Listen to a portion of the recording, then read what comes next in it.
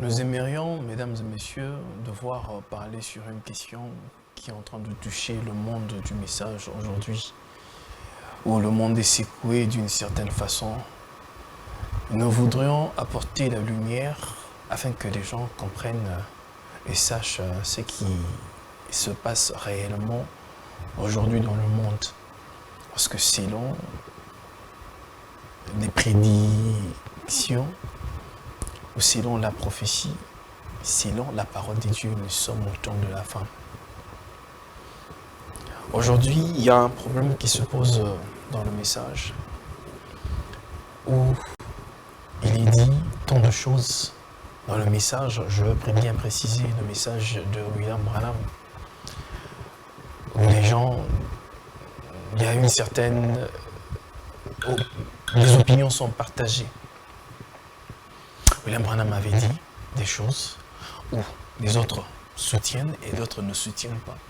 Et d'autres qui rejettent carrément. Sur ce plateau, je reçois pour la première fois, il a fait un déplacement pour venir sur ce plateau. Vous êtes de partout, vous êtes partout aux États-Unis, en Europe, vous nous suivez, vous êtes en Afrique, vous suivez cette émission.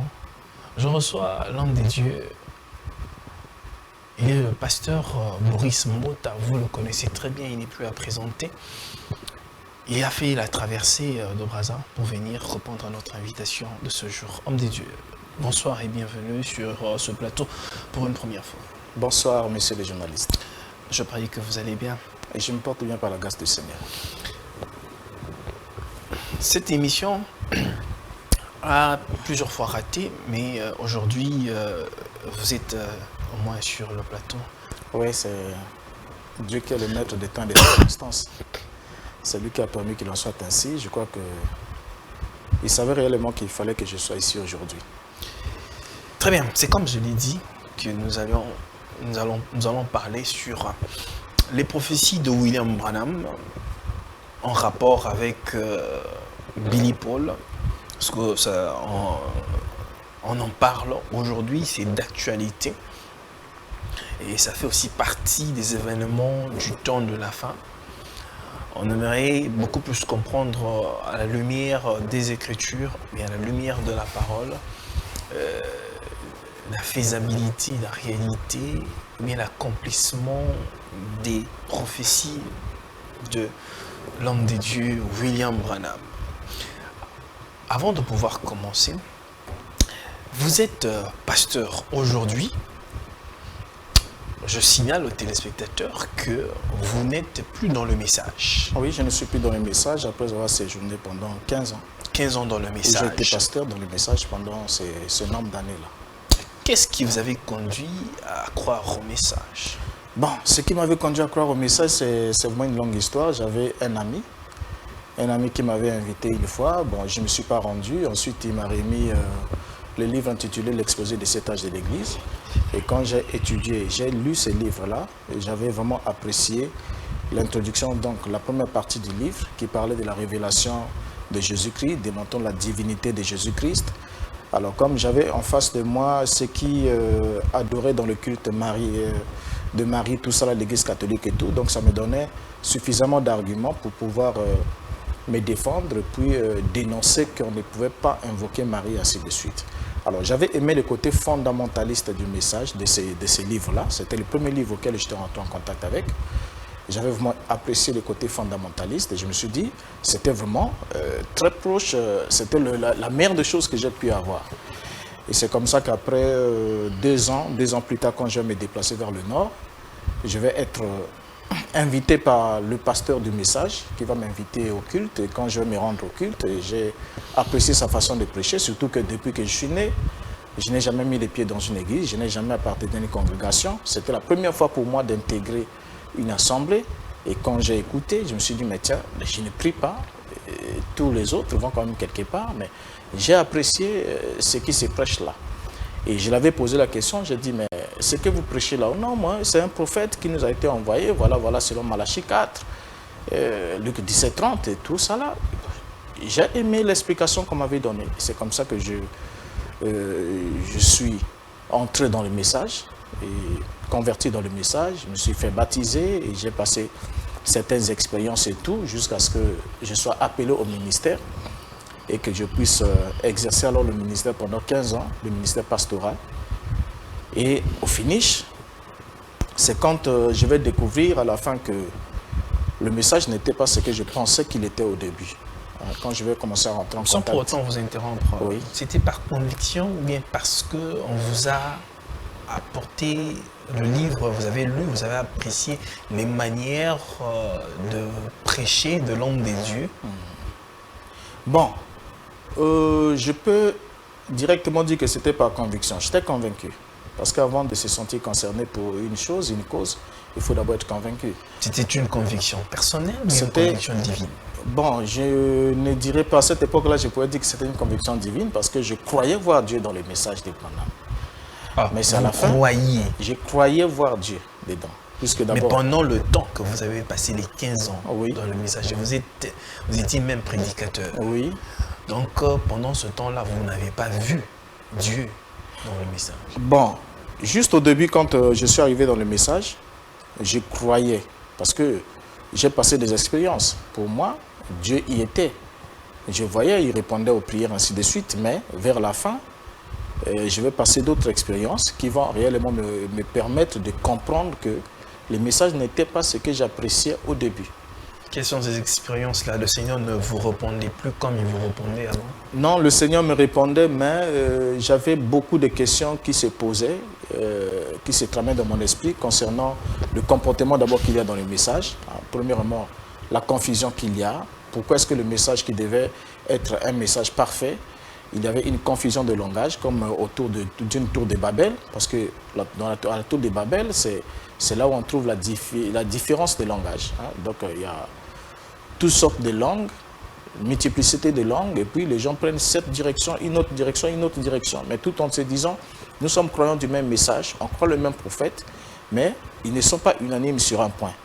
Et je vais alors me poser la question de savoir pourquoi les prédicateurs prêchent, nous devons avoir l'amour divin pour aller au ciel, mais pendant qu'ils prêchent, je faisais partie, j'étais l'un des prédicateurs.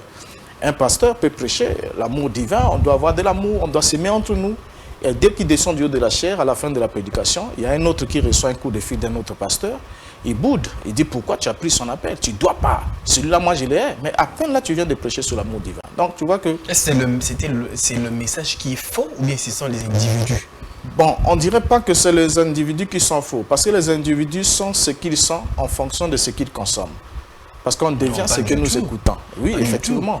On parlerait plutôt de la sémence. Regardez. Jésus a dit que, Jésus a dit que les loups sont là aussi dans le service. Oui, je vais vous donner un exemple très simple. Vous vous retrouvez avec William Branham qui vous dit que Caïn est le fils d'Adam et Ève, n'est-ce pas? C'est lui qui le déclare. Branham a dit que Caïn était le fils d'Adam et Ève. Voilà. William Branham. Il l'a déclaré. Il a dit que oui, Caïn... mais c'est là où les amis du message ne comprennent pas. Je vais vous signifier un élément parce que heureusement, ce n'est pas encore notre sujet. Mais depuis 1947 jusqu'en 1956... En mettez homme de Dieu. Oui. Ça taraude pour mon esprit. Bon. Parce que les téléspectateurs sont en train de nous suivre. Oui. Quand on lit dans la Bible, on ne voit pas dans la généalogie d'Adam où on parle de Caïn. Caïn n'a pas de généalogie, il n'est même pas retracé qu'il condescendait d'Adam. Je crois que le sujet, si on rentre sur le sujet de Caïn, ça ne nous permettra pas de toucher les points que nous avons à traiter aujourd'hui. Oui. Mais s'il faut vous répondre en un seul mot, c'est que lorsque certains posent ça comme excuse, ça ne marche pas. Parce qu'avant de parler de Caïn, il faut commencer à l'origine de toutes choses.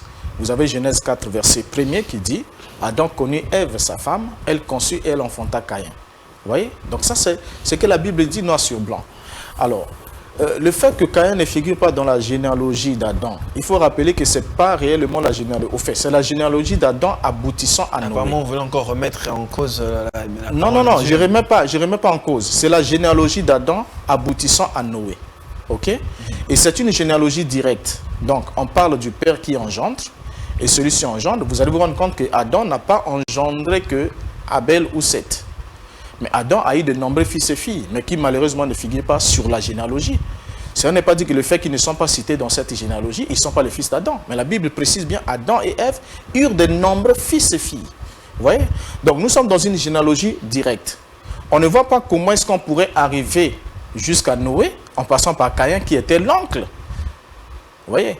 Caïn, on peut pas. Comment est-ce que, puisque la Bible dit bien, Adam engendra Seth. Seth engendra Enoch. Et chacun de ceux qui sont engendrés là, jusqu'à ce qu'on arrive à Noé, ont eu de nombreux fils et filles. Il y a beaucoup de questions qui me viennent. Voilà, donc ce sujet-là, c'est un grand sujet. Si on y entre, je crois que peut-être qu'on reviendra sur ce sujet-là. C'est aussi un grand sujet hein, qu'il faut l'aborder. Bon, c'était juste une parenthèse. Dans ma soif. Voilà, c'était juste une parenthèse pour dire que c'est William Branham qui déclare Caïn est le fils d'Adam et Ève. Il est dit noir sur blanc jusqu'en 1958. Et ensuite, il change. Il dit non, Caïn est le fils du serpent. Ok? C'est le serpent qui était le père. Il a eu des rapports sexuels avec Ève. Et après cela, il change. Non, ce n'est pas le fils du serpent, c'est le fils de Satan. C'est Satan qui a eu des rapports sexuels littéraux avec Ève. Et au finish, vous avez toutes ces déclarations-là de William Branham. Alors, lorsqu'on pose la question au prédicateur, vous allez trouver un prédicateur qui s'accroche à une partie. Vous avez dit que William Branham a commencé par dire que Caïn était le fils d'Adam et Ève. Et dit puis, tous les trois. Caïn, Abel et Seth. Il se rebuffe pour dire que Caïn n'était pas le fils d'Adam. Pourquoi? Parce qu'il est entré en contact avec des prédications différentes. Voilà, oui, dans des prédications différentes. Vous voyez un peu? Donc, il a sémé toute cette confusion-là. Mais tout ça, ça fait partie du message de Branham. C'est là où tout au début, quand je disais à certains amis, j'ai dit, écoutez, lorsque vous dites que William Branham est infaillible, parce que c'est là le point... Qui a dit que William Branham était infaillible? Il y avait des prédicateurs dans le message, nous avons tous prêché, c'est là que le message de William Branham... c'est que vous étiez dans le fond. Non, on a prêché...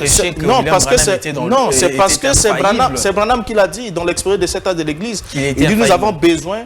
Aujourd'hui, au temps de la fin, le messager qui doit venir pour accomplir Apocalypse 17, c'est-à-dire révéler les 7 sceaux, doit être doté du ministère de l'infaillibilité. Parce qu'il doit ramener les gens à la vérité de la parole. Oui, le ministère et l'homme sont deux choses différentes. Non. Le ministère dans l'homme. Non, le ministère, c'est Dieu. Le ministère, c'est le don. Le ministère, c'est Dieu. Oui, c'est le don. Mais l'homme, c'est le don. Oui, mais le don œuvre au travers de l'homme.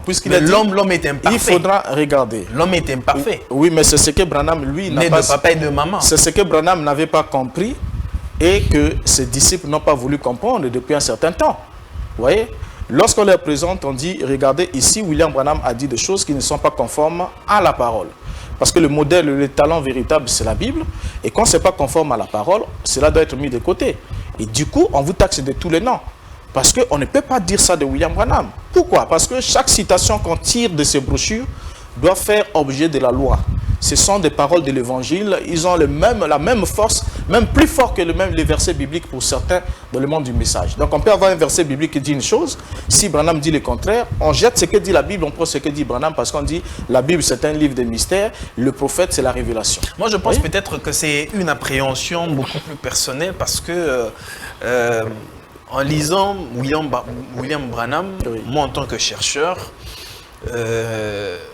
William Branham n'a jamais dit. Il a dit, j'ai prêché comme Paul. Mais il a dit, mais il ne l'a pas fait. Il a prêché comme Paul. Ça aussi, c'est une chose. Ça veut dire qu'il n'était pas venu casser ce qui a été fait. Non.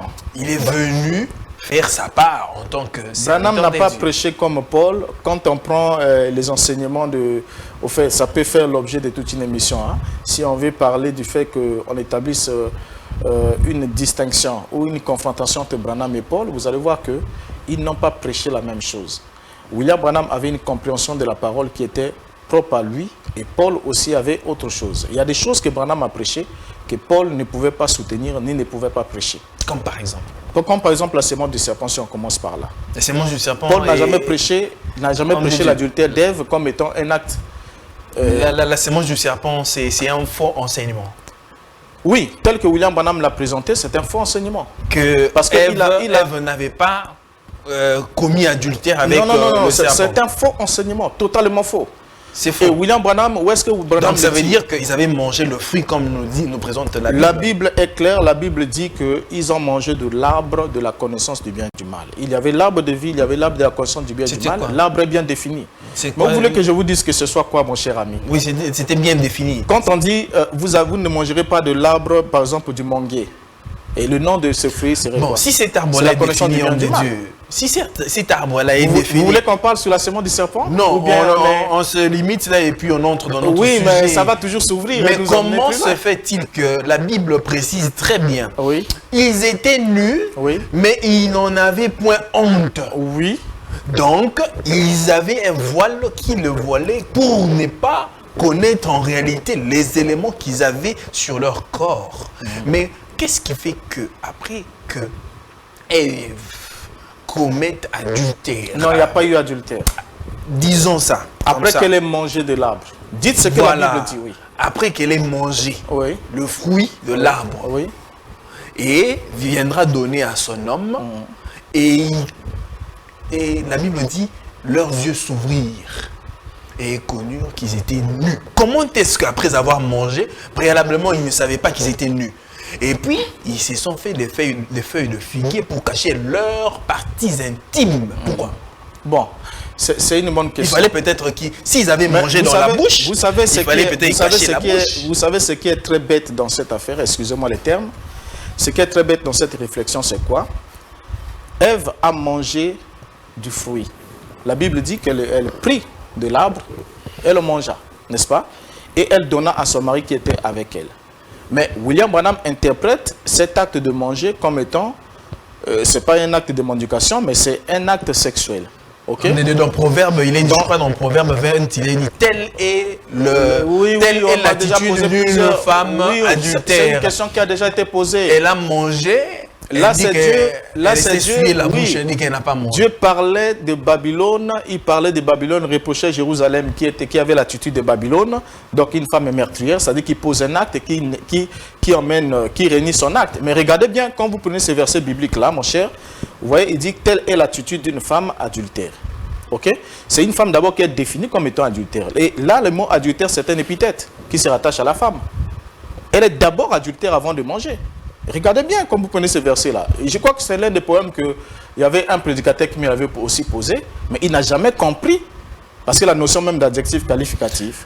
on dirait que vous êtes en train de tordre les non, je ne tords pas, mais je vais répondre à la question que vous avez posée. Revenez dans notre sujet. Non, je réponds quand même à la question que vous avez posée. Vous avez dit que Ève a mangé de l'arbre, n'est-ce pas? Et manger de l'arbre signifie qu'elle a eu des rapports sexuels avec le serpent, ou avec le diable, ou encore avec le deux. Mais non, vous allez comprendre selon la Bible, c'est Ève qui a mangé. Elle a pris du fruit de l'arbre, elle a mangé. Si le fait pour Ève de manger du fruit interdit, c'était un acte sexuel qu'elle a eu avec le serpent. Mais elle a pris le même fruit, elle a donné à Adam. Et Adam en mangeant, donc Adam a eu l'acte sexuel aussi avec le même serpent. Donc ça veut dire que le même serpent a couché avec Ève et a couché avec Adam.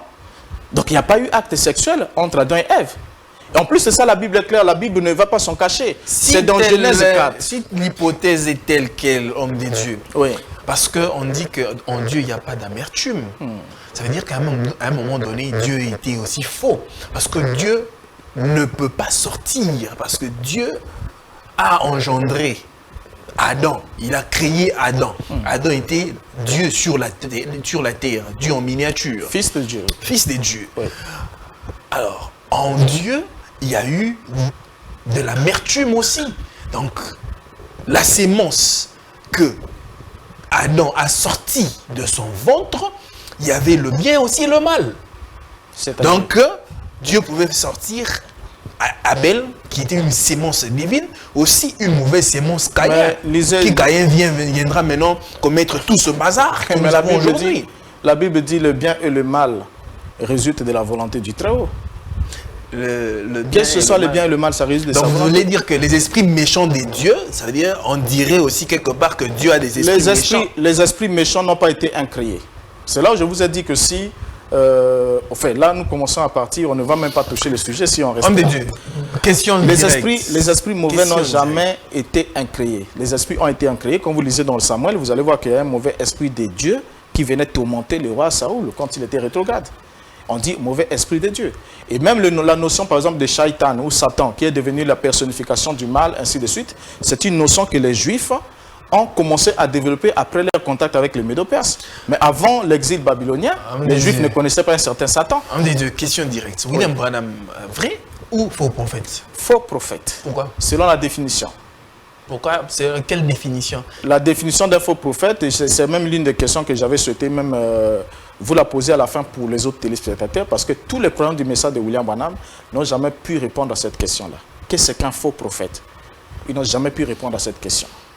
Un faux prophète, c'est un homme qui n'est pas véritablement inspiré, qui parle au nom de Dieu alors que Dieu ne l'a pas recommandé et qui prend ses vaines prédictions pour en faire la parole de Dieu.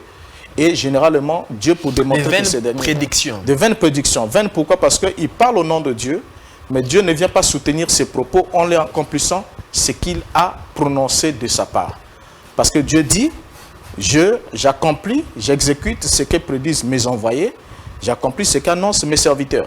Alors, lorsque Dieu ne vient pas soutenir la parole d'un homme, que l'homme aurait parlé au nom de Dieu, alors c'était l'une des évidences qui attestait que cet homme-là ne venait pas de Dieu, selon Deutéronome chapitre 18, le verset 22. La Bible dit, quand ce que dira le prophète n'aura pas lieu et n'arrivera pas, ce sera une parole que l'Éternel n'aura point dite, c'est avec audace que le prophète l'a dite, n'aie point peur de lui. Et c'est comme ça qu'il va même parler à Jérémie. Quand il va parler à Jérémie, il va lui dire dans Jérémie 1, le verset 12. Et l'Éternel me dit, tu as bien vu, car je veille sur ma parole pour l'exécuter. Donc, lorsque la parole est la parole de divine, c'est une prophétie qui annonce un événement futur. Dieu y veille dans les normes du temps. Il veille pour exécuter cette parole-là. Et c'est comme ça qu'Ézéchiel va dire dans le chapitre 33, le verset 33, il dit, quand ces choses arriveront, et voici, elles arrivent, ils sauront qu'il y avait un prophète au milieu d'eux. Donc la confirmation d'un prophète est dans l'accomplissement de ses prédictions. Et dans la fidélité de ses enseignements envers la loi, la Torah, c'est-à-dire ceux qui l'ont précédé. Quand un prophète viendra et parlera en contradiction avec ce qui est écrit dans la loi, il est faux. Donc du côté enseignement et du côté prédiction. Alors, dans la question de William Branham, pourquoi est-ce que William Branham est un faux prophète? William Branham est un faux prophèète. C'est les gens. Il a dit rien ne s'est accompli. J'ai un défi que j'ai lancé, cela fait plus de 4 ans ou 5 ans. À tous les prédicateurs. Quelqu'un vous apporte une prophétie. Je ne dis pas 2, je n'ai jamais demandé 2 ou 3. Ok. Une seule prophétie annoncée avant les faits et qui a eu sa réalisation selon les détails énoncés dans la prophétie. Prenez homme de Dieu. Bien. Parce que moi, en tant que journaliste, oui. Je fais vraiment de recherche. Je prends tout mon temps pour faire de recherche. Prenons cette prophétie. William Branham a dit, il y aura une femme puissante qui va s'élever aux États-Unis, qui sera soit présidente ou elle aura de l'autorité aux États-Unis. Et sera une femme de caractère, d'une certaine façon. Oui. Et William Branham ira plus loin pour préciser que le jour de prestation de serment, elle sera habillée en pourpre, donc en violet. Et nous avons tous vu, je crois, en 2019 et en 2020, l'élection de Kamala Harris, oui, la vice-présidente des États-Unis. Le jour de la prestation de serment, elle s'est habillée textuellement selon la prophétie de William Branham. Est-ce l'accomplissement de la prophétie? Ne serait-ce pas l'accomplissement de la prophétie? Bien. C'est la question que vous posez. Parce que vous avez dit que personne ne vous a donné une prophétie. Ça n'existe pas. Ça n'existe pas. C'est pourquoi je dis, cette prophétie-là, elle est mensongère. Ok. Laissez-moi d'abord vous répondre, en un seul mot très bref. Cette prophétie est mensongère. Et quand les prédicateurs prennent le propos de William Branham sur le vêtement de la femme, c'est-à-dire le violet qu'elle avait porté, c'est-à-dire des pourpres, Branham est en train de paraphraser en principe la femme de la prostituée d'Apocalypse chapitre 17. C'est comme ça qu'elle est habillée. Et dans le propos de William Branham, c'est que Branham a parlé dans la 6e vision, donc l'avènement de la femme qui serait vice-présidente ou présidente aux États-Unis. Ça n'a rien à voir, mon cher. Ça n'a rien à voir comment? Si il faut parler de ça, ça peut faire l'objet de tout un sujet. Pourquoi? On peut remonter avec William Branham. Depuis le commencement, la première fois qu'il a tenu ses propos concernant cette 6e vision. Et comment est-ce que Branham a terminé avec cette affaire? Branham était très confus sur la question de la prétendue 6e vision. Il a d'abord commencé par dire que la 6e vision, les femmes auraient le droit de vote et éliraient le président qu'il ne fallait pas. Et lorsque les femmes ont élu Kennedy, Kennedy arrive, William Branham dit que la vision s'est accomplie, la 6e vision s'est accomplie parce que l'homme qui va introduire cette femme est là.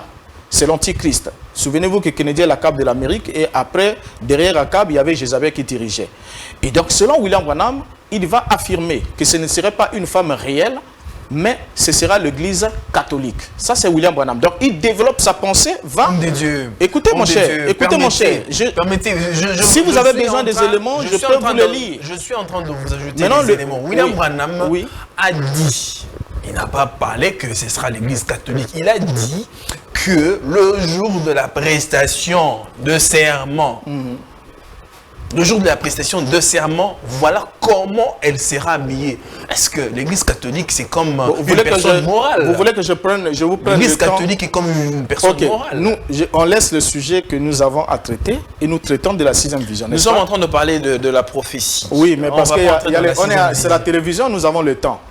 Parce que j'ai un sujet que je vais libérer et si je n'ai pas le temps qu'il faut pour dire ce qu'il faut dire, ce serait un travail bâclé. C'est ce que je ne fais jamais.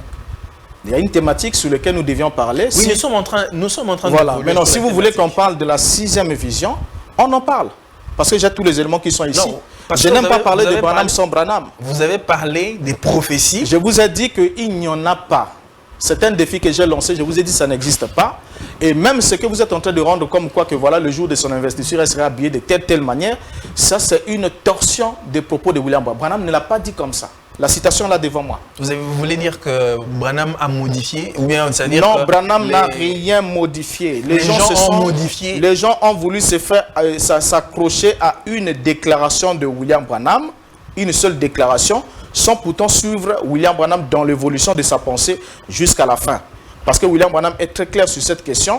Il démontre, il va progressivement, et c'est lui-même qui dit que ce ne sera pas une femme naturelle, mais ce sera une église. Ce ne sera pas une femme naturelle.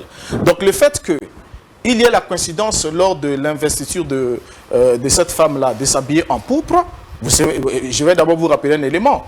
S'habiller en violet chez les femmes, d'abord c'était d'abord la couleur de Supérette, qui était une organisation féministe qui militait pour l'émancipation de la femme. Donc généralement les grands chefs d'État, quand vous allez prendre même Madame Kennedy, vous prenez Madame Kennedy, vous prenez que ce soit les femmes de Bill Clinton, ainsi de suite, la plupart de ces grandes dames, lors des cérémonies solennelles, s'habillent généralement en violet. Parce que c'était la couleur de la fierté, la couleur de la montée de la femme. Donc ça n'a aucun rapport avec ce que William Branham dit. Vous voyez? Donc si vous voulez qu'on parle de la 6e vision, parce que je n'aime pas parler des choses de façon bâclée, donc on prend la 6e vision depuis les premiers énoncés de William Branham et jusqu'à la fin de son énoncé, dans son message de 1947 jusqu'en 1965. Et comme ça, on va se rendre compte combien William Branham était dans la confusion sur cette question, qui a fait que, pour certains, cette vision s'est accomplie. Parce que selon Branham, cette vision s'est accomplie lorsqu'on a élu Kennedy. C'est Branham qui l'a dit. Après, il vient, il change. Il dit non, mais c'est l'Église catholique. Après, non, ce ne sera pas une femme. Après, ce sera une femme d'une très grande beauté, mais cruelle, qui s'élèvera aux États-Unis. Mais quand vous regardez Kamala Harris, elle n'est pas d'une grande beauté. Et elle n'est pas cruelle. Ah, cette femme-là n'est pas cruelle. Elle est cruelle en quoi? Vous savez ce que c'est la cruauté? Prenez homme de Dieu. Alors ensuite, William Branham dit ici, suivant par la suite. Et je prédis qu'une femme sera soit présidente, soit elle accédera à une sorte de position très élevée aux États-Unis. Nous sommes dans Dieu tient sa parole. Prêchons en quelle année?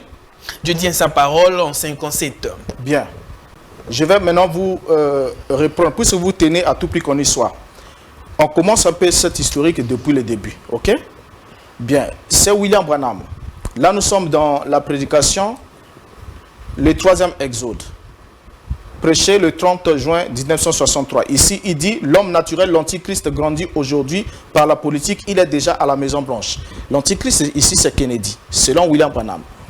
Et quand il descend encore dans l'autre prédication ici, dans la religion de Jézabel, prêché le 19 mars 61, il dit il y aura l'adoration d'une femme aux États-Unis et ça sera Marie. Et il continue, il progresse. Lorsqu'on arrive dans la 70e semaine de Daniel, la prédication dont vous faites allusion, le prêché le 6 août 1961, William Branham dit ceci, paragraphe 207, il dit maintenant, j'ai fait cette prédiction, j'ai dit, j'ai vu une grande femme se lever, ravissante, vêtue de façon très royale avec du violet.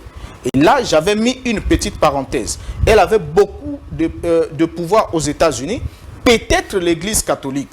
Une femme, une certaine femme. Je ne sais pas si ce sera l'Église catholique. Je ne sais pas. Je ne pourrais pas le dire. Tout ce que j'ai vu une femme, c'était tout. Là, nous sommes le 6 août 1961. Alors, lorsqu'il avance, il arrive dans le premier son, il va dire ce qui suit. Prêché le 21 mars 1963, paragraphe 232, il dit, voilà, la connaissez-vous dans la Bible, c'était l'épouse d'Akab. Et voilà la femme, l'église, Jézabel, l'épouse du faux prophète, qui est soi-disant le véritable prophète de Dieu, le pape. Et il va descendre. Suivez maintenant comment il va. La citation que vous avez dit que la femme devait s'habiller le jour de la cérémonie en violet, c'est celle que je viens de lire un peu plus haut. Et vous voyez comment Branham dit, il n'est pas précis. Il ne dit pas que le jour de sa cérémonie d'investissement, elle sera habillée en violet. Il dit, je ne sais pas si c'est une église, si c'est ceci, cela. Il est dans l'incertitude. Maintenant, lorsqu'il arrive le 17 novembre 63, là, avant l'assassinat de Kennedy, Branham va dire dans la prédication, encore une fois, prêché, paragraphe 124, il dit, et comment les automobiles auraient constamment la forme des œufs? Et comment on permettrait aux femmes de voter? Et par là, elles voteraient pour un mauvais président. Et par cela, une femme s'élèvera pour diriger les États-Unis d'Amérique. Pas réellement une femme, mais une église. Enfin, je l'ai vu, rien que le cendre, ça va arriver. Là, nous sommes le 17 novembre 1963. Alors, comment est-ce qu'on peut prendre une citation qui n'est pas claire, prêchée en 1961, celle qu'on vient de lire plus haut, et on vient en quelque sorte vouloir abroger celle qui est dite le 17 novembre 63 alors que les sceaux sont même ouverts. Parce que dans le monde du message, la parfaite révélation de la parole vient après l'ouverture de sceaux. Et ici, après la prétendue ouverture de sceaux, William Branham dit que les femmes voteraient pour un mauvais président et par cela, une femme s'élèvera pour diriger les États-Unis d'Amérique. Pas réellement une femme, mais une église. Alors, vous savez l'ironie du sort, c'est quoi? Quand Kennedy arrive au pouvoir, Kennedy c'était le premier président catholique des États-Unis. Et William Branham avait vu dans l'élection de Kennedy l'avènement ou la suprématie de l'Église catholique sur les États-Unis. Et Branham va même dire que le président que Kennedy avait succédé serait le dernier président protestant des États-Unis. Comme les catholiques viennent de prendre le pouvoir, c'est fini. Et c'est comme ça qu'il va introduire la femme. La femme, selon que Branham ici, c'est l'Église catholique qui devait diriger derrière le dos de Kennedy. Mais ironie de sort, Kennedy est mort. Comme Kennedy est mort, il n'a pas introduit la femme en question.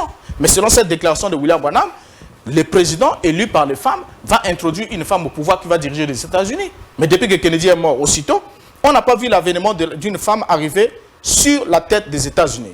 Donc, voyez, on n'a pas vu la femme arriver depuis à la Kennedy suite de Kennedy. À la suite de Kennedy, il n'y a pas une femme qui soit arrivée. Et selon William Branham, quand on prend les propos de William Branham ici, vous allez vous rendre compte que la sixième vision, c'est une vision qui est complètement ambiguë. Et même dans le monde du message aujourd'hui, ils sont nombreux qui ne s'accordent pas. Selon la vision, il fallait juste après Kennedy qu'il y ait une femme? Non. Selon la vision de William Branham, il dit que ce ne serait pas réellement une femme. Donc, pas une femme naturelle comme telle, non, mais ce sera une église. Là, c'est vous qui êtes en train de dire. C'est pas moi qui le dis. Vous dites bien. William Branham dit, je ne sais peut-être pas si ce sera une Je lis église. ici encore une fois, prêché le 17 novembre 1963. Les pasteurs n'aiment pas vous lire ça. Il dit ce qui suit, paragraphe 124. Et comment les automobiles auraient constamment la forme des œufs? Et comment on permettrait aux femmes de voter? Et par là, elles voteraient pour un mauvais président. Et par cela, une femme se lèvera pour diriger les États-Unis d'Amérique. Pas réellement une femme, mais une église. Mais non, toujours dans le sceau en 1963, William Branham dit que l'homme qui va introduire cette femme est déjà là. L'antichrist qui est à la Maison Blanche, c'est Kennedy. Donc c'est Kennedy qui devait introduire la femme. Mais Kennedy a été assassiné. La femme n'est pas arrivée au pouvoir. Vous voyez? Alors, donc déjà ici, quand vous suivez, vous allez voir que je ne sais même pas pourquoi on appelle ça une prophétie. Hein. Quand vous êtes devant quelqu'un qui vous dit il y aura une femme qui se lèvera, elle sera soit. Permettez, homme de Dieu. Oh, oui. Je prends dès ce moment, oui, le 16 juillet 60. Oui, 60. Oui. Vous retournez en arrière. Après, on ira encore 63. Et ainsi, avec le message. Je n'aurai pas le temps de vous le raconter dans cette réunion. En 1933, c'est un pays de la femme. Son nombre est 13. Il apparaît au chapitre 13 de l'Apocalypse. 13 étoiles, 13 rayures, 13, tout est 13. Tout cela, la femme. Et souvenez-vous, ainsi dit le Seigneur, une femme va diriger avant le temps de la fin. Elle sera soit présidente, soit vice-présidente. Soit ce sera l'Église catholique en tant que femme. Et vous appelez ça une prophétie? Aujourd'hui, oui. Homme de Dieu. Oui. Aujourd'hui, il a dit, ainsi dit le Seigneur. Soit présidente, soit vice-présidente, soit. Alors, nous sommes dans le domaine de la certitude. Attendez, homme de Dieu. Oui, oui. Soyez sincères. Et les téléspectateurs qui nous suivent en ce moment. Oui. N'y a-t-il pas une femme vice-présidente aux États-Unis aujourd'hui? Elle a dit quand? En 1960, n'est-ce pas? Homme de Dieu. Non, mais nous suivons. Mais pourquoi? Je vous réponds, non? Oui. Je vous les réponds. téléspectateurs sont en train de suivre. Regardez mon cher ami. Moi, je fais le pont des téléspectateurs. Oui, regardez, je vais vous dire une chose. Je vais vous dire une chose. Vous savez que c'est facile de faire des prophéties sous forme de pronostics. Non, je suis en train de venir. Nous sommes en 60. Nous sommes, oui, mais ici nous sommes en 60. Nous sommes en 2023. Un prophète s'exprime clairement, de façon distincte, de façon claire. Il vous dit, ainsi dit le Seigneur, une femme se lèvera aux États-Unis, elle va diriger, point barre. Ça ne dit pas, je veux une vision. Vous allez aussi dire que la prophétie de Jésus était fausse. Parce que selon la prophétie, Jésus devait venir comme Emmanuel. Mais quand Jésus naît, on lui donne le nom de Jésus. Non. Là, vous emmenez un autre paramètre et ça nous emmènerait... Oui, ça crée aussi comme une certaine cacophonie. Ça ne crée pas une cacophonie. Ouais. Ça ne crée ni le moins une cacophonie parce que j'aimerais vous dire, peut-être ça va vous scandaliser, je pourrais vous dire que la lecture qu'avait fait le rédacteur Matthéen, parce que celui qui a écrit le livre de Matthieu, il a rapporté la naissance du Christ à Ésaïe chapitre 7, n'est-ce pas? Pour dire que voilà, il est le fils qui devait naître tout cela de la Vierge, mais ça va peut-être scandaliser quelqu'un, je peux revenir, ça peut faire l'objet de toute une émission pour le démontrer. La prophétie d'Ésaïe ne concernait pas Yeshua. Ça ne concernait nullement. Et vous allez voir que même les disciples et les apôtres n'ont jamais fait de référence à Christ comme étant l'accomplissement d'Ésaïe. Et ça concernait qui? Ça parlait simplement d'Akaz. Ça parlait d'Akaz. Je peux vous donner tous les éléments. Vous prenez Ésaïe 9, attendez. Voilà pourquoi je vous ai dit, mon cher ami, c'est une émission, ok? Nous avons une thématique à développer. Et quand il s'agit de la parole de Dieu, si vous voulez aller dans tous les sens, ça fera tout, sauf ce que nous attendons réellement obtenir. Il y a beaucoup de thématiques à développer. Vous dites, voilà, homme de Dieu, voilà, je vous reçois aujourd'hui, nous parlons de telles choses. Nous nous limitons à ça. Maintenant, une fois que nous avons fini d'aborder ce point-là, alors on peut aborder tous les autres points. Nous avons tout le temps. Donc, si on va à gauche, à droite, en haut, en bas, finalement, on ne va pas achever une pensée. Nous sommes toujours dans l'accomplissement de la prophétie. Non, on pose une question et la question n'est pas développée, on passe à autre chose, elle n'est pas développée. Finalement, les téléspectateurs ne retiendront absolument rien. Ce serait tout le bruit possible. Non, les téléspectateurs sont en train de comprendre. Mesdames et messieurs, nous sommes sur ce plateau. Je reçois, nous sommes avec l'homme de Dieu, Maurice Mbota. Nous sommes en train de parler sur les prophéties que lui qualifie faillibles, qui n'ont jamais été réalisées ou bien accomplies. Pour lui, William Branham n'est pas un vrai prophète. C'est son dire à lui. Alors, entrons dans cette question si épineuse qui dérange où beaucoup de gens en parlent aujourd'hui. Parce qu'on parle de Los Angeles qui devait normalement couler. Selon la prophétie de William Branham, il fallait que Los Angeles puisse couler. Et il y a de ceux-là qui rattachent cette prophétie-là au fils de William Branham, Billy Paul. Aujourd'hui, Billy Paul vient de tirer sa révérence. Paix à son âme.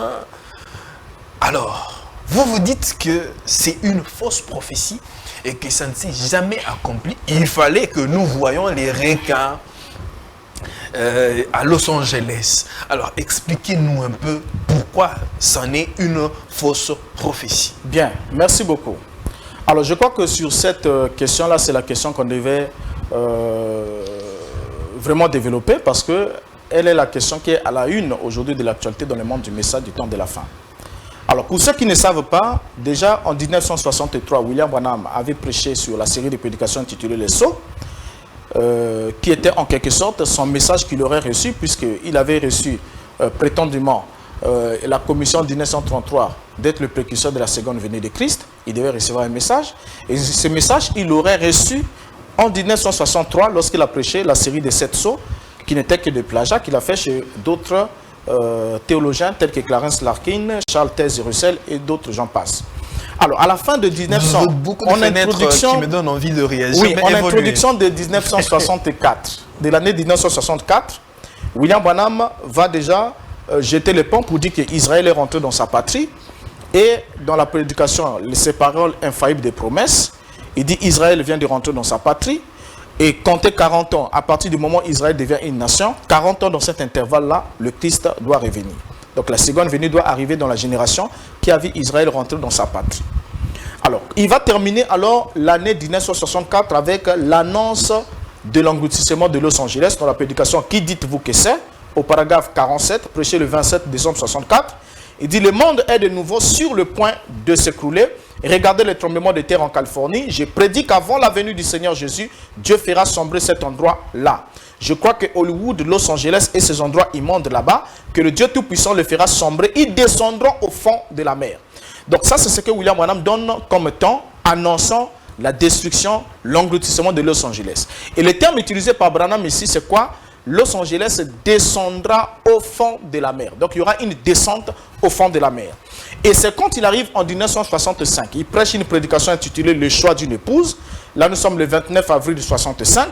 Branham va alors accentuer la question sur Los Angeles. Il va dire ce qui suit dans le choix d'une épouse. Paragraphe 229 et 230. Il dit « C'est un avertissement solennel. Nous ne savons pas à quel moment, et vous ne savez pas à quel moment, un jour cette ville va se retrouver au fond de cet océan ici. » Là, William Branham est en train de prêcher à Los Angeles. Il dit « Un jour cette ville va se retrouver au fond de cet océan ici. » Il continue. « Oh Capernaum, a dit Jésus, toi qui t'es élevé jusqu'au ciel, tu seras abaissé jusqu'au séjour des morts. Car si les miracles qui avaient été faits à Sodome et Gomorrhe, elles subsisteraient, qui avaient été faites chez toi, ont été faites à Sodome et Gomorrhe, elles subsisteront encore aujourd'hui. Et Sodome et Gomorrhe sont au fond de la mer morte. Et Capernaum est au fond de la mer. » Alors ça c'est Branham. Pour certains qui disent qu'écoutez, Branham avait juste parlé comme ça, il n'avait pas prophétisé, parce que certains vont dire ça quand ils vont constater qu'il y a eu échec.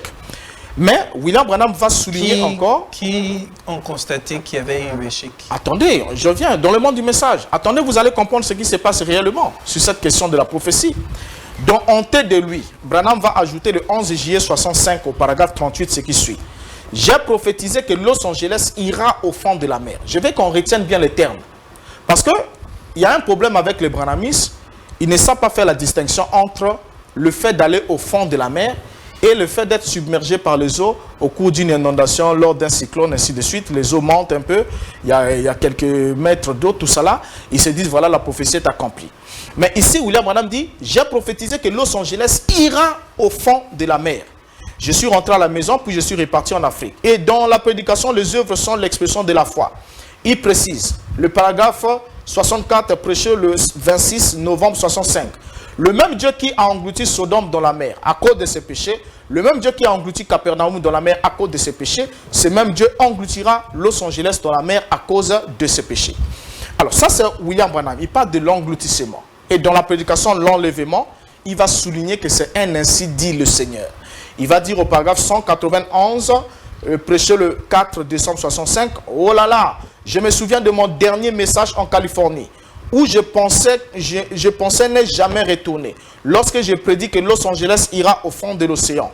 Et ainsi dit le Seigneur, cela arrivera, elle est finie, elle est ruinée, elle est perdue. » Là, Branham réaccentue encore ses propos avec un ainsi dit le Seigneur. Los Angeles fera quoi? Los Angeles coulera, ira au fond de la mer. Alors, en quoi est-ce que cette prophétie a eu des rattachements avec Billy Paul? Billy Paul, c'est le premier fils de William Branham. Je voulais prendre un petit détail là. Oui. Dieu. Est-ce qu'aux États-Unis, ce n'est pas le siège des insanités du monde aujourd'hui? Êtes-vous d'accord avec moi ou non? Je ne suis pas d'accord avec vous dans quel cadre? Dans le cadre où chaque nation a un esprit. Et l'homme, tout homme qui n'a pas l'esprit de Dieu, c'est un homme animal. Et en tant que là, vous faites de la défensive, tout simplement pour rejeter. Mon cher ami, on peut parler des insanités qu'il y a au niveau des États-Unis, mais vous n'avez pas visité les autres nations qui sont dans le monde. Vous n'êtes pas allé au Japon. William Branham a très bien dit. Vous n'êtes pas allé au Japon. Il n'est pas allé au Japon, par exemple, pour aller voir ce qui se passe au Japon. William Branham a dit ceci. Oui. Tout ce qu'il y a aujourd'hui dans le monde, c'est aux États-Unis qu'on vient puiser cette bêtise-là. C'est lui qui l'a dit. Mais il a dit, il était Mais américain. c'est pas toujours une évidence, c'est pas toujours le cas. Comment ça, ce n'est pas le cas? C'est pas le cas. Parce que chaque nation a ses obscénités, ses saletés. Tout homme qui n'a pas l'esprit de Dieu, c'est un homme animal qui se conduit selon l'instinct. Parce que l'animal n'a pas d'esprit, l'animal c'est les États-Unis, alors, avec, en tant que puissance mondiale, oui, il a de l'ascendance sur d'autres nations. Oui. Et sur le plan technologique, n'est-ce pas? N'est-il pas avancé que d'autres nations? Bon, je n'aimerais pas parler sur le domaine que je ne maîtrise pas, hein, parler sur l'avancée technologique, ainsi de suite, parce que je sais que les États-Unis, même quand on prend par exemple le cadre militaire, les États-Unis n'est pas la première puissance militaire au monde, c'est la Russie qui l'est, ça vous le savez. Mais bien que c'est une superpuissance, mais il y a d'autres puissances qui sont plus puissantes que les États-Unis. Même sur le point économique, les États-Unis sont en train de dégringoler, il y a l'Est qui est en train de monter avec la montée de la Chine et autres. Donc sur ça, on n'est pas sur ce domaine-là. Nous sommes sur un domaine précis. Et là, en quelque sorte, vous rejoignez encore la prophétie de William Branham qui parle par rapport... Je suis en train de venir.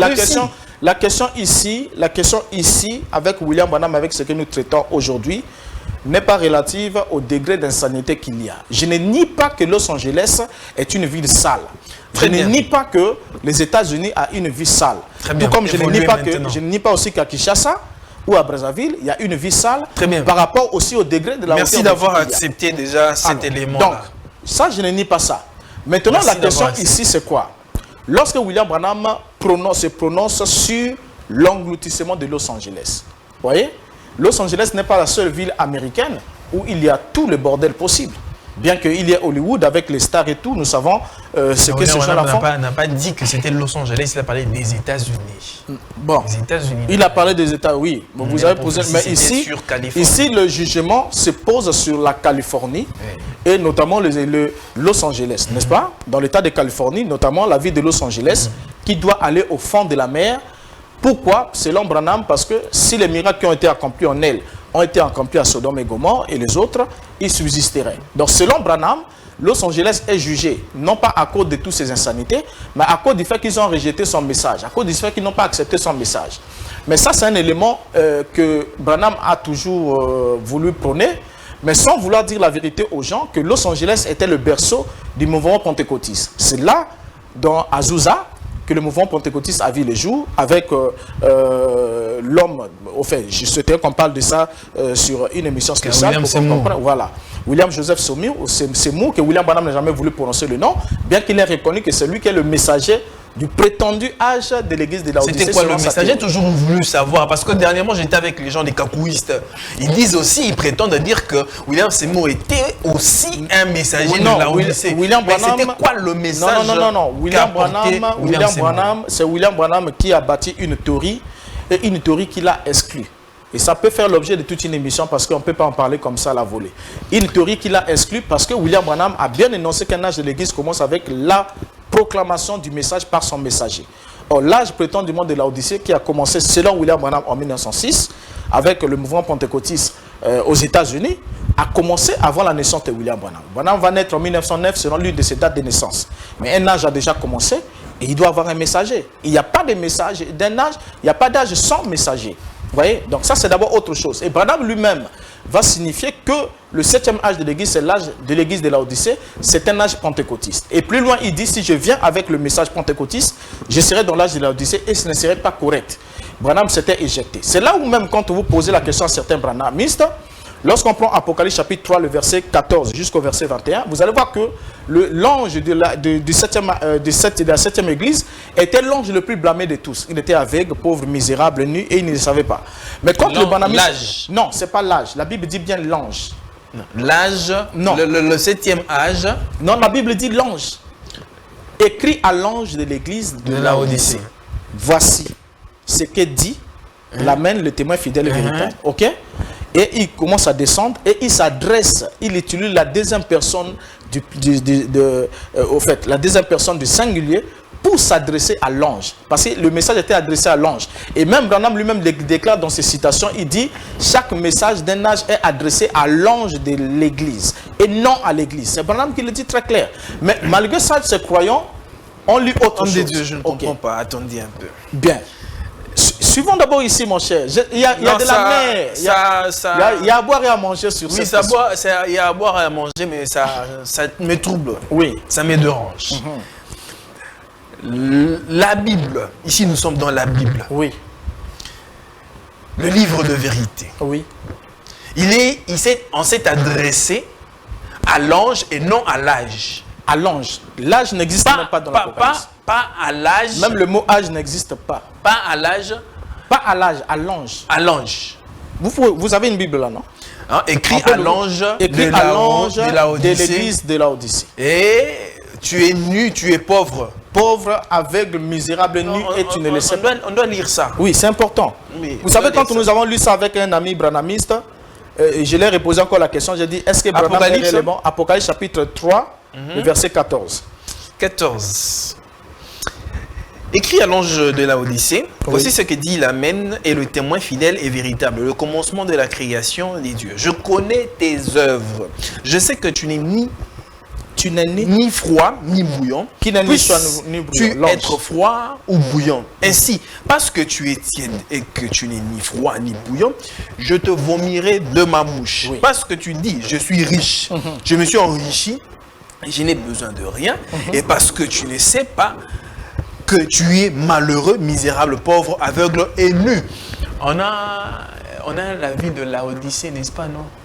Pardon? On a une ville de Laodicée, non? Oui, la ville de Laodicée ça existait. Toutes ces villes ont existé en Asie mineure. Le nom là a été attribué parce que c'était une femme qui portait ce nom-là et on l'a attribué à la ville.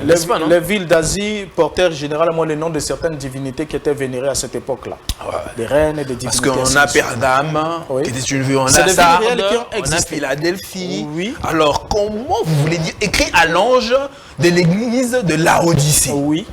À l'ange de l'église de Laodicée. C'est ce que vous avez lu. Donc ça veut dire que pour Laodicée, je m'adresse à Laodicée. Donc l'ange doit s'adresser à l'église de Laodicée, homme de Dieu. Les anges ici sont les récipiendaires d'un message.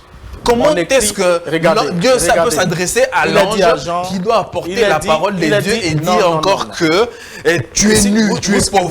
Vous savez, quand on parle de l'ange ici, la Bible dit, Dieu dit à Jean, le Seigneur lui dit, ce que tu vois, écris-les dans un livre et envoie-les aux 7 églises, n'est-ce pas, qui sont en Asie. Quand il envoie, les livres est destiné aux 7 églises, mais le récipiendaire direct de chaque livre, c'est un ange. C'est comme ça que même la théorie de Branham va buter sur la question de prétendu premier âge, où il attribue à Paul. Parce que Paul, le livre d'Apocalypse est écrit, Paul est déjà mort en martyr. Mais en quel moment est-ce que Paul a reçu ces livres pour pouvoir le proclamer? Donc Paul est né, Paul a vécu et il est mort avant même que son âge prétendument de l'église ne commence. Donc ça, c'est une autre histoire. Quand vous prenez l'âge de Thyatire par exemple avec Colomba, vous allez voir que ce dernier est né, il a vécu et il est mort 9 ans avant le début de l'âge qui lui a été assigné. Donc l'âge qui commence en l'an 606 jusqu'en 1520 n'avait pas de messager. Vous voyez? Donc ce sont des théories comme ça qui sont totalement fallacieuses. Et à la fin, Branham nous raconte une histoire. Il dit, voilà, quand il a fini de prêcher les arts de l'église, la colonne le fait rentrer dans la salle pour confirmer, alors qu'il y avait plein de bêtises qui ont été dites et des faussetés qui ont été dites. Homme de Dieu, retirez un peu bêtises, s'il vous plaît. C'est quand même les choses sacrées. Oui, non, il n'y a pas du sacré. Non, il n'y a pas du sacré. Il n'y a pas du sacré. Vous êtes en train de choquer. Non, il n'y a pas du sacré lorsque vous avez... Nous sommes dans un plateau. Vous avez un messager qui est né, qui a vécu et qui est mort 9 ans avant le début de l'âge qui lui est assigné. Nous sommes quand même sur ce plateau, c'est un plateau aussi sérieux. Oui. Et c'est une émission qui est très suivie. Oui. Alors, vous ne direz pas vraiment que pour les téléspectateurs qui nous suivent, que c'est... voilà. Bon, mais il n'y a pas d'autre mot pour le dire. Non, non. Quand quelque chose est faux et insensé, on doit le dire. Vous trouvez des synonymes autres? Non, plutôt que c'est pas correct. Quand je dis que c'est une bêtise, c'en est une. Pourquoi? Parce que c'est des choses qu'on ne peut pas exprimer, on ne peut pas soutenir. Homme de Dieu, vous avez un messager qui est né, qui est mort. Prenons dans Luc 17, 20. Luc 17, 20, il dit ceci. Les pharisiens demandèrent à Jésus, quand viendrait le royaume des dieux?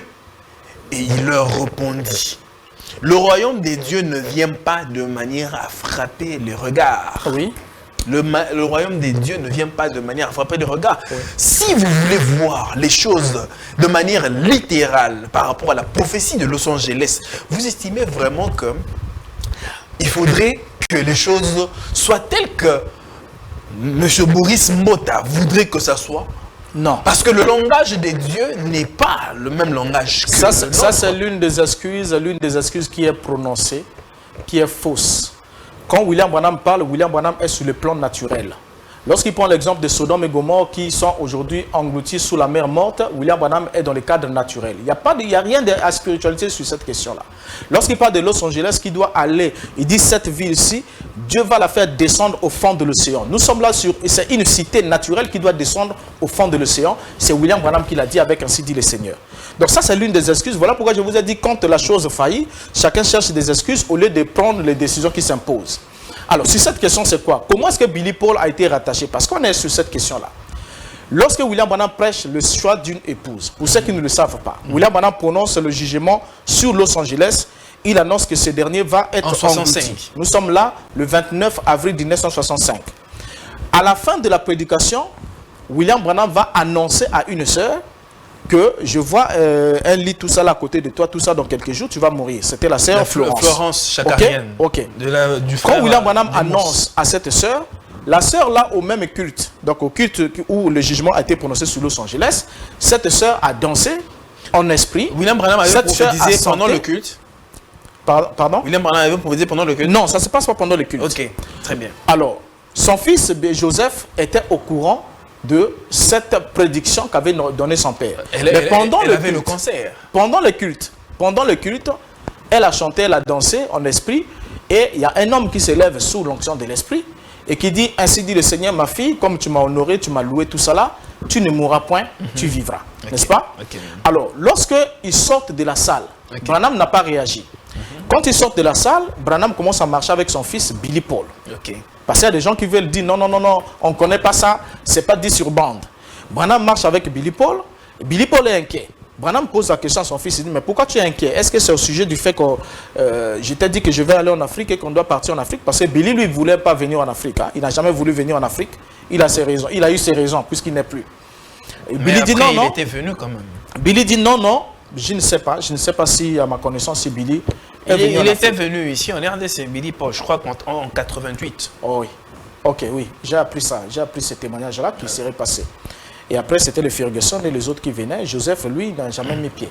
Alors, lorsque Billy se pose son père lui pose la question, pourquoi tu as cette attitude? Billy va dire, non, je ne comprends pas ce qui se passe. Tu nous avais annoncé que la sœur allait mourir. Et voilà, il y a un autre homme qui se lève avec l'ainsi dit le Seigneur qui annonce que cette sœur va vivre. Finalement, je suis dans la confusion. Et c'est là où son père va alors prendre la parole. Il va dire, écoute, pour certifier à son fils et pour le rassurer, il va lui poser la question. Il dit, où sommes-nous en ce moment? Billy, nous sommes où en ce moment? Billy répond, nous sommes à Los Angeles. Il dit, sois encore plus précis. Il dit, nous sommes au centre-ville de Los Angeles. Il dit, sois encore plus précis.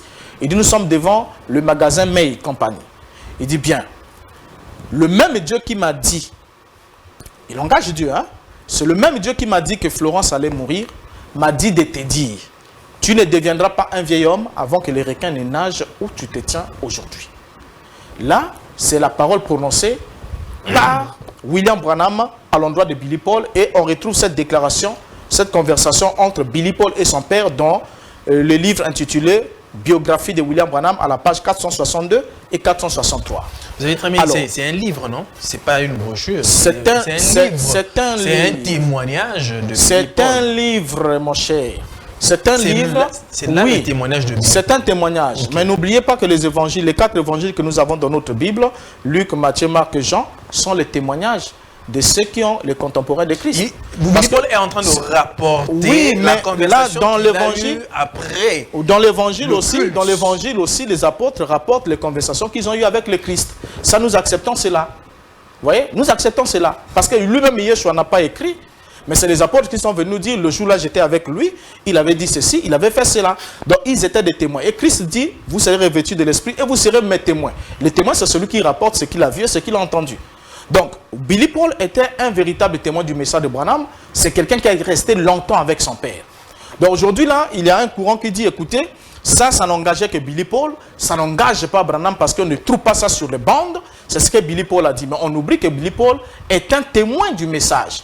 Et quand Billy Paul a fait cette déclaration-là, ce livre est apparu, ça fait des années. Et pendant qu'il était en vie, les croyants du message du temps de la fin, nombreux sont les prédicateurs qui ont prêché cette évidence. J'étais parmi eux qui ont prêché que la prophétie là va s'accomplir.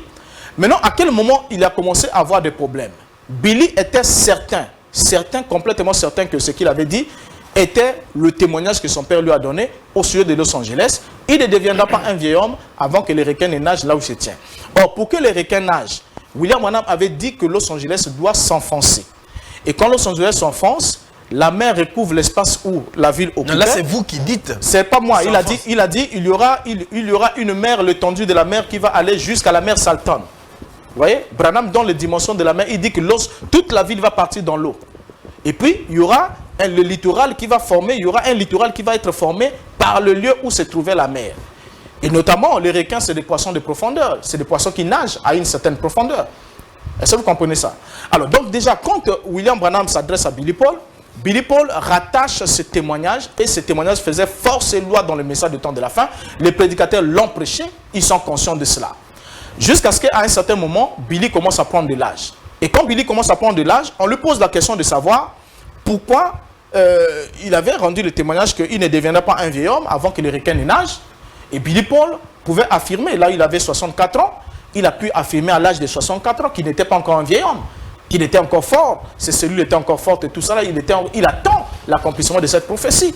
Homme de Dieu. Alors, on avance mon cher frère. Lorsqu'on arrive en 2017, Billy Paul a 82 ans. Il va même répondre à une lettre qui lui était adressée par un prédicateur qui lui avait posé la question de savoir est-ce que ce qu'il avait dit était le produit de sa propre imagination ou bien c'était réellement les paroles de William Branham. Alors si c'était les paroles de William Branham, comme il a vieilli, ça veut dire que cette prophétie a échoué. Et Billy s'est énervé contre ça et Billy avait répondu fermement, alors qu'il avait 82 ans, il a répondu fermement que je ne suis pas encore un vieil homme et je ne vieillirai jamais aussi longtemps que cela ne s'accomplirait pas. Donc, jusqu'à la mort de Billy Paul attendait l'engloutissement de Los Angeles lié à son non-vieillissement. Homme de Dieu, je voulais que nous prenions Jean 21, oui. Je crois à partir du verset 20. Oui. Pierre, s'étant retourné, vit venir après eux le disciple que Jésus aimait. C'est lui qui, pendant le souper, s'était penché sur la poitrine de Jésus et avait dit, Seigneur, qui est celui-ci? Qui est celui qui te livre? En le voyant, Pierre dit à Jésus, et celui-ci, Seigneur, que lui arrivera-t-il? Jésus lui dit, si je veux qu'il demeure jusqu'à ce que je vienne, que t'importe? Toi, suis-moi. Là-dessus, les bruits courus parmi les frères, que ce disciple ne mourrait point. Cependant, Jésus n'avait pas dit à Pierre qu'il ne mourrait point. Mais, si je veux qu'il demeure jusqu'à ce que je vienne, que t'importe? Que t'importe? Alors, par rapport à cette écriture, on peut voir que Jean est allé, il a vécu pendant longtemps, jusque dans ses 80 et quelques, et il a vu la fin des temps. Ne serait-ce pas aussi ça l'accomplissement de la prophétie, ce que Jésus avait dit? Non, non. Parce que les gens pensaient que Jésus, Jean allait rester comme ça jusqu'à ce que Jésus allait revenir. Il n'y a pas de rapport. Dans les propos de Christ, il est clair. Et peut-être vous aussi, vous n'êtes pas en train de faire cette confusion-là. Il n'y a pas même pas de rapport. Lorsque le Christ dit, si je désire qu'il demeure jusqu'à ce que je revienne, que cela ne vous importe, ok? Ce sont les disciples qui ont fait courir la rumeur. Mais dans le cas de Branham, c'est Billy Paul qui rapporte le témoignage, ce que son père lui a dit. Et son père lui dit que tu ne deviendras pas un vieil homme avant que les requins ne nagent ici. Et Billy l'a dit et il a soutenu Mordicus pendant des années. Lorsqu'on lui pose la question de savoir pourquoi est-ce que cela ne s'est pas accompli, si c'était le produit de ton imagination, alors il est temps pour toi de remettre la pendule à l'heure, c'est-à-dire de te repentir. Parce que nombreux sont les fils de Dieu. Vous savez, il y a des gens qui prennent ça à la légère. Hein. Vous savez, un mensonge, quel que soit les dégâts d'un mensonge, le mensonge est mortel pour l'âme. Et la Bible dit bien que les faux prophètes disent des mensonges. Et l'objectif des mensonges, c'est quoi? De suyer l'âme d'une personne et de déconnecter cette personne avec Dieu. Parce que Dieu est le Dieu de la vérité. Peut-être vous avez une compréhension un peu tronquée par rapport aux prophéties de William Branham. Oui. Ou bien vous n'aimez pas tellement l'homme de Dieu et ça vous pousse, vous avez... non, mon cher, vous avez une haine la question, de Dieu. Le sujet est clair. Mais vous voulez être de manière littérale, non, voir les choses. Le sujet est clair. Los Angeles doit aller au fond de la mer. Les requins doivent nager. Billy Paul ne sera pas un vieil homme avant que cela ne s'accomplisse. En 2009 ici, en 2009, oui, Dieu, oui. N'y a-t-il pas eu tremblement de terre? Et il y a eu un tremblement de terre de 5,5 magnitude. Et que les scientifiques disent d'ailleurs, selon les prédictions, que d'ici là, peut-être en 2031, il y aura une magnitude que nous craignons que le pire n'arrive aux États-Unis. Et d'ailleurs, vous êtes un grand chercheur, qu'il y a eu un avertissement de gens, des habitants de Californie, Los Angeles, de déguerpir, de sortir de là, parce que il y a un danger qui les guette, hommes de Dieu. Et nous, vous avons vu même en 1970, parce que peut-être on n'a plus le temps, on pouvait même nous balancer les images ici, comment il y a eu des tremblements de terre, les eaux, les scientifiques en train de témoigner. Mon cher ami, je n'en disconviens pas. Aujourd'hui, on peut bien se rendre compte que Los Angeles se retrouve sur une faille sismique, voilà. N'est-ce pas? La faille de San Andreas. Mais cette information-là, cette connaissance-là sur l'état du sous-sol de Los Angeles était connue et rendue publique depuis, avant même la naissance de William Branham. Donc, écoute, d'abord, je viens. Los Angeles redoute le tremblement de terre dévastateur qu'on appelle le Big One.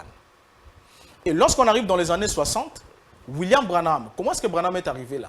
William Branham a suivi une démonstration scientifique démontrant la qualité poreuse du sous-sol de Los Angeles et démontrant que la rencontre de deux failles, donc des plaques tectoniques, une fois que les deux plaques vont entrer en collision, cela va entraîner l'engloutissement, le cataclysme de toute la ville de Los Angeles. C'était démontré par les scientifiques. Et quand William Branham regarde ce que les scientifiques ont dit, comme il a fait avec la voiture sans volant et tout ça, là, qui était un projet scientifique, qui était démontré dans le journée, Branham prend, ils ont fait une prophétie. Alors Branham va prendre ça et faire de ça une prophétie parce qu'il était sûr et certain que cela devrait arriver. Mais seulement après la mort de William Branham. La prophétie, il a prophétisé en 33. Et la non, il n'a jamais prophétisé en 33. Il a parlé qu'avant la venue du Seigneur Jésus-Christ, il y aurait une voiture, qui aura eu une forme. Non, là-bas c'est autre chose. Autre chose, mon cher. Je vous prendrai la date où William Branham a parlé de ça pour la première fois, de cette affaire-là pour la première fois, et je vous montre les coupures de journaux où Electric Motors avait déjà fait un projet pour les véhicules du futur. Donc, avec le dessin que Branham me dit là, j'ai vu dans la vision une famille américaine assise et tout ça en train de jouer à un jeu, tout ça, la voiture n'avait pas de volant. C'était dessiné sur un journal. Donc, ce n'est pas une prophétie. Donc, Dieu ne montre pas, écoutez mon frère, on ne doit pas blaguer avec Dieu. Lorsqu'un prophète annonce quelque chose, généralement, les choses annoncées par le prophète sont des choses qui sont imprévisibles auprès de ceux auxquels cela est annoncé. Ce n'est pas ce que Branham a dit sur Los Angeles. Los Angeles, tout le monde savait que Los Angeles était menacé. La science l'avait démontré. Mais l'ironie de ça, c'est quoi? C'est qu'après la mort de William Branham, les mêmes scientifiques qui ont démontré que Los Angeles n'avait plus une longue vie sont revenus sur cette décision pour dire par rapport à tout ça là, ça a déjà pris tant de temps, tout ça là, ça ne va plus rien faire, il n'y a plus un problème. Donc c'est les mêmes scientifiques. Vous voyez?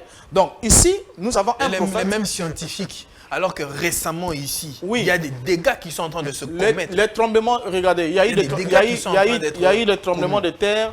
Nous avons par exemple ici en Afrique, en Libye, ainsi de suite. Même en Afrique du Sud, tout dernièrement, il y a eu un tremblement de terre et tout. Donc ça, ce sont des phénomènes qui se déroulent par-ci, par-là sur la terre. Et aux États-Unis, ce n'est pas que Los Angeles qui est menacé par un séisme, ou bien qui est menacé par, je ne sais pas, un cyclone, ainsi de suite. Vous voyez? Donc c'est des choses qui peuvent arriver. Maintenant, regarde l'une des excuses que le message a pris. Parce qu'il faut chercher des tournures. Parmi ceux qui sont dans le message, moins un petit groupe sont ceux qui se disent non, on avait annoncé ça, il n'y a pas rapport entre la prophétie et la réalité des faits, je dois prendre le temps de réfléchir, de réévaluer ma croyance, ainsi de suite. Mais un autre va se dire non, il faut tordre les choses pour à tout prix protéger notre croyance parce que si on laisse tomber, notre croyance échoue. Et qu'est-ce qu'on va faire? Certains vont inventer que voilà, en 1970, il y avait l'inondation et à la suite de cette inondation, les requins étaient sortis même jusque dans la ville. Les requins avaient nagé même à l'endroit où Branham et son fils étaient debout. Vous voyez que ça s'est fait en 1970. Mais écoutez, qu'on ne se moque pas des gens jusqu'à ce niveau. Lorsque cela se fait en 1970, Billy Paul a 35 ans d'âge. Mais jusqu'à l'âge de 64 ans, Billy Paul dit « J'attends l'accomplissement de cette promesse ». Et jusqu'à ce qu'il est mort, Billy Paul est allé dans la tombe en train d'attendre que Los Angeles aille au fond de la mer et que les requins puissent nager. Vouliez-vous vraiment que Billy Paul vienne comme ça sur la télé et sur les médias dire qu'il y a eu maintenant accomplissement de la prophétie? Mon cher ami, si la prophétie s'accomplit en 1970, n'est-ce pas? Lorsque Dieu a dit à Simeon, tu ne mourras point avant d'avoir vu le Christ du Seigneur. Lorsque l'enfant fut emmené dans le temple, la Bible dit que l'Esprit de Dieu conduisit Simeon jusqu'à vers l'enfant. Donc la personne qui est d'abord intéressée, le premier intéressé à qui une promesse directe, parce qu'il y a une promesse générale et la promesse directe. Mais Simeon avait la promesse directe, tu ne mourras point avant que tes yeux aient vu le Christ du Seigneur. Mais quand le Christ est entré, l'Esprit est allé prendre Simeon pour l'emmener à se rendre compte de l'accomplissement de ce qui a été annoncé. Mais dans le cas de Billy Paul, la prophétie qui lui a été annoncée s'est accomplie en 1970 et Billy Paul, qui était le premier concerné directement, n'était pas au courant et il a continué à attendre jusqu'à ce qu'il soit mort. En se moquant des gens en disant qu'il n'était pas encore un vieillard, mais même quand il avait 82 ans. Oui. Nous avons dépassé largement du temps. On fait signe à la régie. En tout cas, peut-être on va programmer une autre émission pour parler de ça. Moi, je vous dis au revoir d'être venu sur notre plateau. Merci beaucoup. C'est moi qui vous remercie. Et je crois que s'il y a un mot que je peux dire à nos amis, c'est de comprendre qu'il est temps, lorsqu'on se rend compte qu'une prophétie n'a pas été accomplie, il est temps de prendre les dispositions que recommandent les Écritures et non de se voiler la face. Très bien, en tout cas, merci beaucoup. Merci. Mesdames et messieurs, c'en est fini pour aujourd'hui. Vous êtes homme des dieux, vous avez suivi des déclarations de l'homme des dieux ici sur ce plateau. Les Écritures ont été données. Si vous estimez que l'homme des dieux a tort, vous avez un autre son de cloche qui est différent à celui de l'homme des dieux ici. Le contact est là, on peut toujours faire un plateau à deux. Si vous estimez venir contredire ce que l'homme des dieux Boris Mota a dit ici sur ce plateau, vous pouvez toujours venir et nous appeler. Si vous voulez que nous fassions un plateau, nous sommes disponibles, appelez-nous pour venir éclairer le peuple des dieux qui nous suit. Alors, je ne sais pas si vous pouvez passer votre numéro. Oui, je réponds au 00242 06 522 46 66 00242 06 522 46 66. C'est un numéro WhatsApp et je serai très content de vous lire et d'échanger encore avec vous pour de plus amples informations sur cette question. Je vous dis au revoir, on se retrouve très prochainement. Merci.